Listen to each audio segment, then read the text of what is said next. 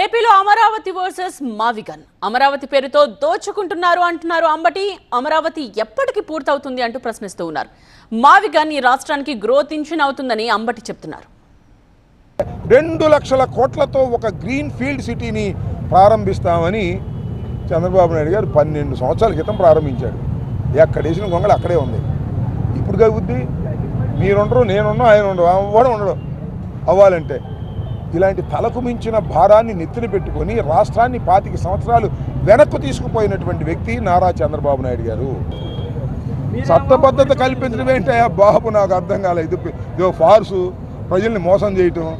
Assembly వాళ్ళకి majority ఉంటే వాళ్ళు చట్టబద్ధత కల్పిస్తారు, ఇంకో పార్టీకి మెజారిటీ ఉంటే వాళ్ళు దాని చట్టాన్ని మళ్ళీ తీసేస్తారు. ఏంది ఏమైనా అంబేద్కర్ రాసినటువంటి రాజ్యాంగాన్నే సందర్భోచితంగా అమెండ్ చేసేటటువంటి అవకాశాలు ఉన్నాయి. ఈ చంద్రబాబు నాయుడు గారు ఇవాళ ఏదో చట్టం చేస్తే దాన్ని మార్చే అవకాశం వచ్చే ప్రభుత్వాలకు ఉండదా? పిచ్చి కాకపోతే మారుస్తారా లేదా అనేది వేరే అంశం.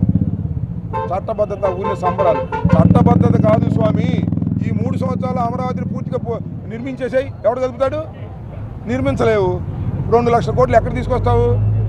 2 లక్షల కోట్లు తీసుకొచ్చావు అనుకో పొరపాటుని, దానిలో 50,000 కోట్లు నువ్వు నీ అబ్బాయి పంచుకోవడమే కమిషన్ ద్వారా. అడగని అమరావతి వెళ్ళి ఎంతెంత కమిషన్ తీసుకుంటున్నారు. కేవలం దోపిడీ కోసం అమరావతి గ్రీన్ ఫీల్డ్ సిటీని ప్రారంభించారు తప్ప రాష్ట్ర శ్రేయస్సు కోసం ఈ అమరావతిని చంద్రబాబు నాయుడు గారు సృష్టించడానికి ప్రయత్నం చేయలేదు. ఇలాంటి కొత్త గ్రీన్ ఫీల్డ్ పట్టణం తీసుకొచ్చాడు పెద్ద గోతిలో. నీళ్లు దోటానికి 1000 కోట్లు కావాలి. ఇప్పుడు ఇంజిన్లు పెడుతున్నారు. వర్షం వస్తే పడవలు వేసుకెళ్ళాలి.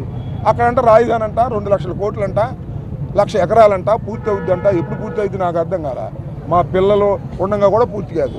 ఒట్టి బూటకం చేసి ప్రజల్ని మోసం చేసి డబ్బులు కోట్ల రూపాయలు కాజేసే కార్యక్రమం బాబు కొడుకులు పెట్టింది అమరావతి తప్ప అమరావతి రాష్ట్ర ప్రయోజనాలకు పనికొచ్చేది కాదు.